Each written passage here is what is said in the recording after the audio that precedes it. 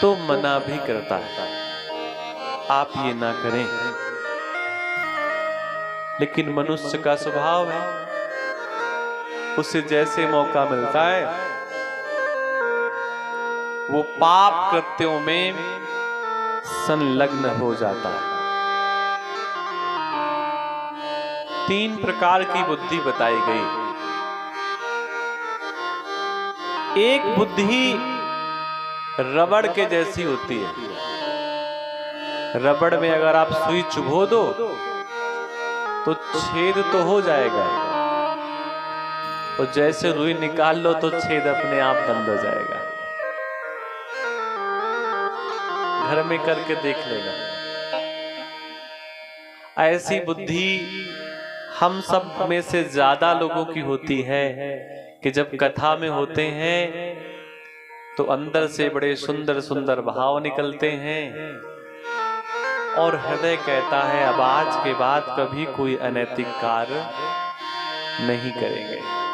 सुई के जैसी हम लोगों की बुद्धि है कि जब तक कथा रहती है, कीर्तन रहता है, तब तक तो अनैतिक कार्य नहीं होता, और जैसे सुई निकलने के बाद छेद अपने आप बंद हो जाता है। तो कथा पंडाल के बाद जैसे ही बाहर निकलो तो फिर वही मन में रोज वाले विचार अपने आप आना प्रारंभ हो जाते हैं। एक बुद्धि और होती है जो चमड़े के जैसी होती है। चमड़े में अगर एक बार छेद कर दिया जाए तो हमेशा हमेशा के लिए छेद उसमें हो जाता है। अगर कोई भी बात कथा के माध्यम से किसी को अच्छी लगे, और लगती भी है, तो जिनकी बुद्धि चमड़े के जैसी होती है कि जो एक बार लिख दिया गया वो कभी आजीवन मिटता नहीं है। कुछ भक्त ऐसे ही होते हैं। और एक बुद्धि बताई गई बांस के जैसी। बांस में अगर बीच में आप कहीं भी एक छोटा सा कील ठोकने का प्रयास करो तो जहां कील ठोकेंगे वहां तो छेद होगा ही, और जब तक उसे गांठ नहीं मिलेगी वहां लंबा लंबा फाड़ता हुआ चला जाएगा। छेद आप एक जगह कर रहे हैं लेकिन फाड़ेगा पूरे के पूरे बांस को।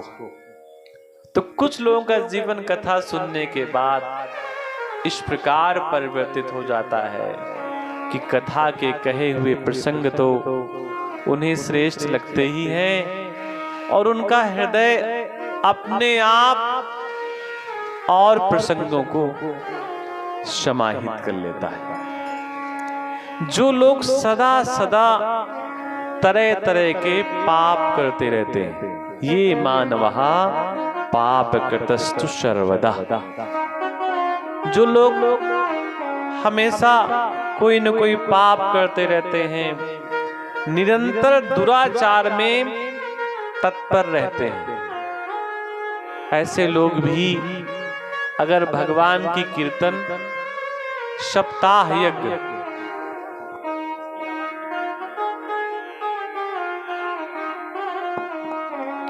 ऐसे कीर्तन का अगर सहारा लेते हैं तो निश्चित मानिए उनका जीवन भी सुधर जाता है, संवर जाता है, श्रेष्ठ हो जाता है।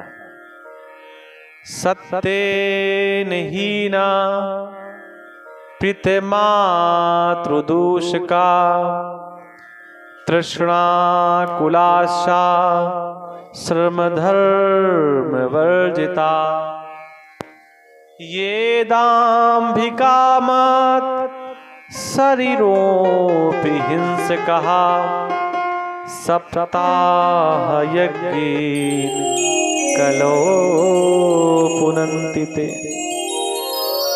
मदिरापान, ब्रह्म हत्या, सुवर्ण की चोरी, विश्वासघात, ऐसे अगर जीवन में किसी ने भी पाप किए हैं तो कथा श्रवण का लाभ होता है कि उनके पाप कुछ कम होते हैं और कथा श्रवण करने से पुण्य तो भैया बढ़ते ही है।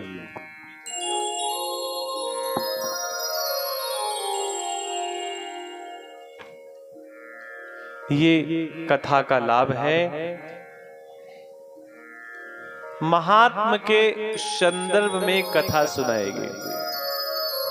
कोई भी जब हम बात कहते हैं कथा श्रवण करने की या किसी भी कार्य की, तो हम विश्वास कैसे करें कि कथा श्रवण से कोई लाभ भी होता है? कैसे विश्वास करें? उसी विश्वास को ठीक करने के लिए महात्म की कथा होती है।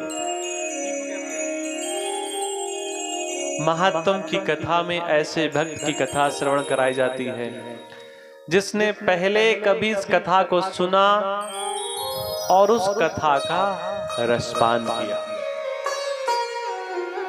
तुंगभद्रा नदी के तट में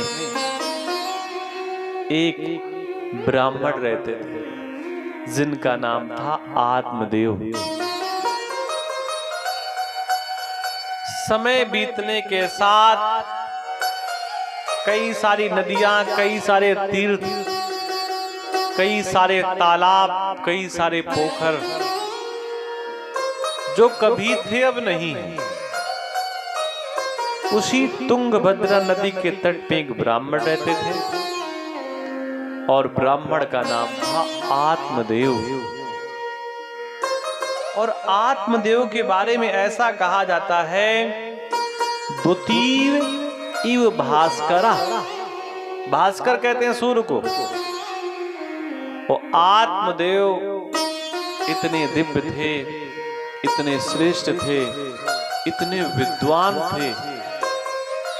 जिस प्रकार सूर्य का प्रकाश या सूर्य जब निकलता है तो दुनिया के सारे अंधकार नष्ट हो जाते हैं। अंधकार का पता ही नहीं चलता, अंधकार अनायास ही दूर हो जाता है। लेकिन ऐसी ही बात कही गई आत्मदेव के लिए। जब आत्मदेव निकलते थे अपने घर के प्रांगण से, आंगन से, जहां बैठ जाते थे लोग, उनसे ज्ञान की चर्चा अनायास ही करने लगते थे। अपने आप भी उनके मन से, हृदय से ज्ञान की चर्चा निकलने लगती थी।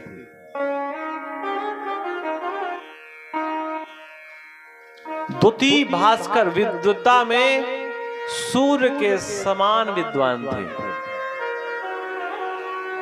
कई बार व्यक्ति पूरे संसार में जीत जाता है, सब जगह जीत जाता है, हारता कहां है? केवल और केवल घर में। आत्मदेव की विद्वता के सामने कोई टिकने वाला नहीं था।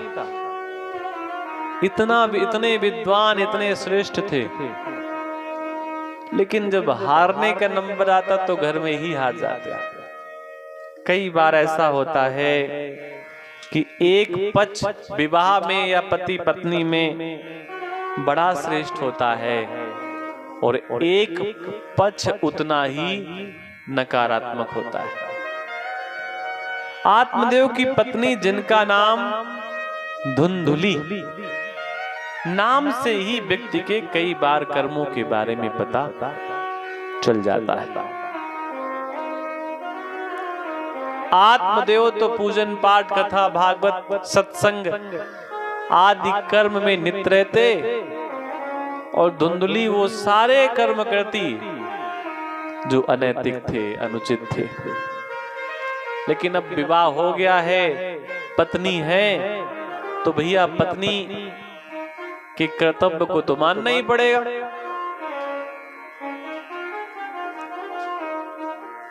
आत्मदेव के जीवन में एक कष्ट था। देखो, जीवन कष्ट का नाम ही है।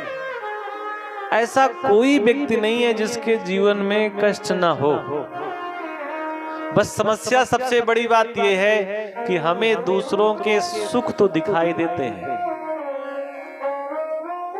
दूसरों के दुख नहीं दिखाई देते। और जब दूसरों के सुख में झांकने का प्रयास करेंगे तो स्थिति ये होगी कि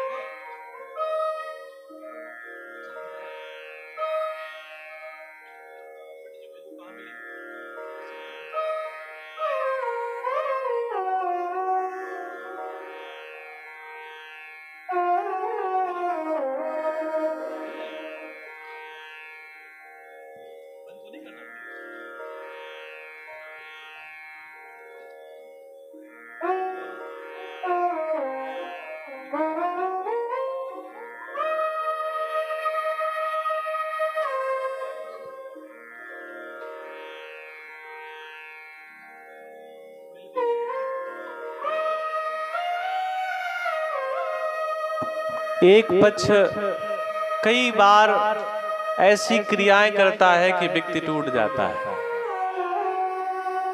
आर्मी का जवान सरहद में दुश्मन से तो लड़ लेता है, दुश्मन को हरा भी देता है, दुश्मन के आंगन में जा करके वहां पर भय भी उत्पन्न कराता है।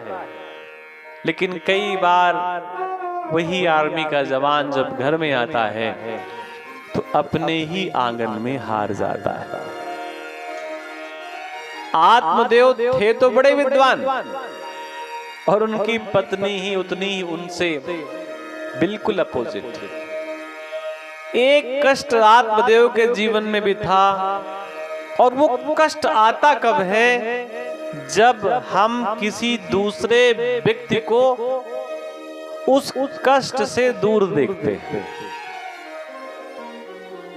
अगर हम ये देख लें कि पड़ोसी के पास नई कार आ गई है और वो रोज कार से घूमता है, तो उसी समय हमारे जीवन में भी कष्ट आ जाएगा कि मेरे पास कार क्यों नहीं है। जब तक वो कार नहीं आई थी तब तक कोई कष्ट नहीं था, लेकिन मेरे पास कब आएगी? और ये कष्ट जो व्यक्ति के मन में है वो केवल मन का ही कष्ट है। ऐसा नहीं है कि कार नहीं है, बड़ी चीजें नहीं है तो जीवन व्यर्थ हो गया, जीवन बेकार हो गया।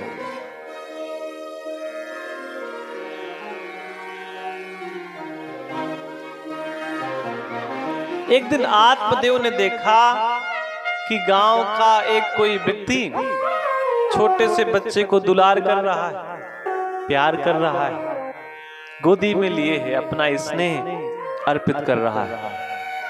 तो आत्मदेव के मन में भी भाव जगा कि अगर मेरे भी संतान होती तो मैं भी ठीक इसी प्रकार बच्चे को दुलार और प्रेम कर रहा होता। तो किसी ने कहा संत महात्माओं के पास ईश्वर की बड़ी विशेष कृपा होती है, अगर वो चाहें तो सब कुछ कर सकते हैं। अगर वो मिट्टी उठा करके भी दे दें तो saamne वाले के लिए स्वर्ण साबित हो सकता है, सोना साबित हो सकता है। आप ऐसा करो, संत महात्मा उनके पास चले जाओ। आत्मदेव रूठा हुआ, मन को व्यथित करता हुआ, नेत्रों में आंसू लेकर के संत महात्माओं के पास गया। संत महात्माओं को प्रणाम किया, संत महात्माओं ने उन्हें आशीर्वाद दिया। लेकिन संत महात्माओं के आशीर्वाद से आत्मदेव प्रसन्न नहीं था, क्योंकि आप ऐसे समझो कि जब आप कहीं पूजा में जाएं, कथा में जाएं, वो कथा में केले भी रखे हों और बांटने वाला लैया बांट रहा हो, तो मन में भाव ये आता है लैया से काम तो चलना नहीं है, ये केले नहीं बांटेंगे क्या पंडित जी? अपने लिए ले जाएंगे क्या? ऐसे कई सारे भाव बने रहते हैं। वही स्थिति आत्मदेव की है। मतलब क्या है? जो आपको प्रसाद मिला है उसमें संतोष नहीं है और दूसरी वस्तु के लिए मन लालायित है, और इसी कारण व्यक्ति को दुख उत्पन्न होता है। हमें आपके इस आशीर्वाद से काम नहीं चलेगा तो फिर आप और क्या चाहते हैं? हम पुत्र हमें प्राप्त हो जाए, हमें ऐसा आशीर्वाद दीजिए। और ये कोई खराब बात नहीं है। प्रत्येक व्यक्ति का अधिकार है कि संत महात्माओं से, ईश्वर से, अपने से बड़े व्यक्ति से ऐसा आशीर्वाद वो प्राप्त करे। ये उसका अधिकार है। वो तो कह सकता है, देना ना देना सामने वाले के ऊपर निर्भर करता है। हमें पुत्र संतान चाहिए, हमें ऐसा आशीर्वाद दो। संत महात्माओं ने आत्मदेव के मस्तक की रेखाएं देखी और झांक करके देखा तो मालूम पड़ा कि आत्मदेव के जीवन में एक इस जन्म की बात छोड़ो, 7 जन्मों तक संतान का सुख है ही नहीं। एक जन्म के कौन कहे? महात्माओं ने देख लिया और महात्माओं ने देख करके बता दिया ब्राह्मण देवता से कि हे ब्राह्मण देवता, तुम्हारे जीवन में संतान का सुख नहीं है, और इस जीवन की बात छोड़ो, आगे आने वाली 7 बार जब तुम जन्म लोगे तब भी तुम्हें संतान का सुख नहीं मिलेगा। आत्मदेव ने अपने मस्तक को संत महात्माओं के सामने ही धरती में पटकना प्रारंभ कर दिया। मस्तक से रक्त बहने लगा। आत्मदेव ने मन में संकल्प किया कि यहीं पर मर जाऊंगा। अगर मेरे मन की अभिलाषा आपने पूरी नहीं की, मैं यहीं प्राण दे दूंगा। संत महात्माओं को लगा अगर ये यहां पर मर गया तो इसकी मृत्यु का दोष हमें लगेगा। तो संत महात्माओं ने हाथ लगाया उसके मस्तक में और कहा, चिंता मत कर, ईश्वर की कृपा बड़ी चीज है। और संत महात्माओं के पास प्रसाद वगैरह रहता ही है। एक फल उठा करके आत्मदेव को पकड़ा दिया, जा अपनी पत्नी को खिला देना। और इतना ही नहीं, अपनी पत्नी से कहना कि नियम, संयम, व्रत आदि जितनी भी क्रियाएं होती हैं, सकारात्मक क्रियाएं, वो सारी की सारी करना। और जब इस प्रकार क्रियाएं वो तुम्हारी पत्नी करेगी तो जो गर्भ से संतति होगी वो संतति बड़ी ही श्रेष्ठ होगी, बड़ी ही दिव्य होगी। आत्मदेव बड़ी प्रसन्नता के साथ वो फल लेकर के अपने घर गया और अपनी पत्नी को जैसे उसने फल दिया तो पत्नी ने पूछा, इससे होगा क्या? आत्मदेव ने कहा, अरे देवी, ये संत महात्मा का प्रसाद है। संत महात्मा का प्रसाद व्यर्थ नहीं जाता। इस प्रसाद का शुभ परिणाम ये है कि तुझे माता बनने का शौक मिलेगा, मुझे पिता बनने का सुख मिलेगा, और हम लोगों के घर के आंगन में एक बालक खेलेगा। कभी आप दुलार करिएगा, कभी हम दुलार करेंगे। पत्नी ने कह दिया धुंधुली ने, स्वामी, अभी मैंने स्नान आदि कार्य नहीं किए और मैं स्नान करने के बाद फिर इस फल को स्वीकार कर लूंगी।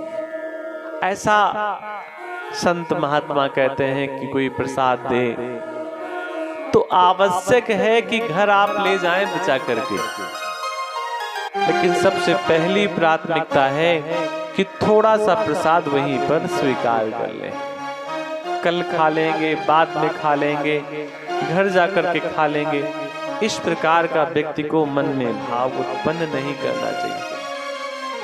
अच्छा, जो व्यक्ति जैसा होता है उस व्यक्ति की मित्रता भी वैसे ही लोगों से होती है। अब जो धुंधुली थी उनकी मित्रता भी अपने ही जैसी सहेलियों से थी। धुंधुली की बहन निकट रहती थी। वो आई और उसने धुंधुली से कहा, दीदी तुम्हारे मन में ये चिंता के बादल क्यों छाए हुए हैं? आखिर ऐसा क्या हो गया कि आपका मन व्यथित है, चिंतित है? धुंधुली ने पूरी बात बताई। और जब धुंधुली ने पूरी बात बताई और धुंधुली ने एक बात और कही कि संतान बड़े कष्ट से होती है, आसानी से नहीं होती। धुंधुली ने कहा, मन में विचार किया कि फल खाने के बाद अगर कहीं गर्भ रह गया उधर में, तो पहली चीज तो शरीर खराब हो जाएगा, दूसरी अगर घर में आग लग गई तो मैं भागूंगी कैसे? मैं तो जल करके मर जाऊंगा, और मैं जल करके मर जाऊंगी तो नंद रानी आएंगी और घर का सारा धन लेकर के चली जाएगी। ये नहीं दिख रहा कि संतान होगी तो घर में बालक खेलेगा तो कितना सुखद अनुभव होगा। ये लाभ नहीं चाहिए। चिंता इस बात की है कि कहीं घर में आग लग गई तो मैं भागूंगी कैसे? अरे सोचने वाली बात है। जो माताएं गर्भिणी होती हैं उनके यहाँ आग ही थोड़ी लगती है। कभी कोई घटना कहीं कोई घट गई होगी और उस घटना को ध्यान करके मन में इस प्रकार का कुभाव लाया जाए। वंध्या वा विधवा नारी सुखनी चेत में मति। वो कहती मेरे विचार से तो वंध्या जिसके पास संतान नहीं या विधवा, यही दो श्रेष्ठ है। कौन कह रही है? धुंधुली। देखिए इस कथा को आप ये बिल्कुल भी ना लें कि वो कह रही है तो ऐसा ही है। अनैतिक बातें कहने वाले कोई भी बात कह सकते हैं, उनके शब्दों की कोई मर्यादा होती ही नहीं, वो कुछ भी कह सकते हैं। और भैया उसने फल तो नहीं खाया। अच्छा, सहेली ने एक बात और कही कि मेरे पास 8 बच्चे पहले से ही और 9वां बच्चा होने वाला है, और मेरे घर में खाने के लाले पड़े हैं, और तेरे घर में धन संपदा सुख वैभव सब कुछ है। तो एक काम कर, तू बच्चे को जन्म क्यों देगी? ऐसा कर, जो मेरी संतान होगी मैं छोटा बच्चा तुझे दे दूंगी। और हाँ, तेरे पास धन पर्याप्त है ही, तो बदले में मुझे धन दे देना। धुंधुली को ये बात बहुत अच्छे ढंग से समझ में आ गई कि शरीर भी खराब नहीं होगा, आग लगेगी तो मैं भाग भी सकती हूँ, और नंद रानी मेरा घर का धन भी नहीं ले जाएंगी, और मुझे कष्ट भी नहीं सहना पड़ेगा, बैठे बैठाए संतान का सुख मिल जाएगा। एक बात याद रखिए, कभी कोई ऐसी स्थिति आए कि कहीं से उधार की संतान लेनी पड़े, तो आप इतना जरूर याद रखिए कि वो संतान जिसकी है उसके माता पिता जो हैं वो भले ही कहीं पर रहे आकर के, संस्कार उसके नहीं मिटते। कोई आप आम का बीज ले आओ और उस आम के बीज को पेड़ बनाओ, और पेड़ या पौधा बना करके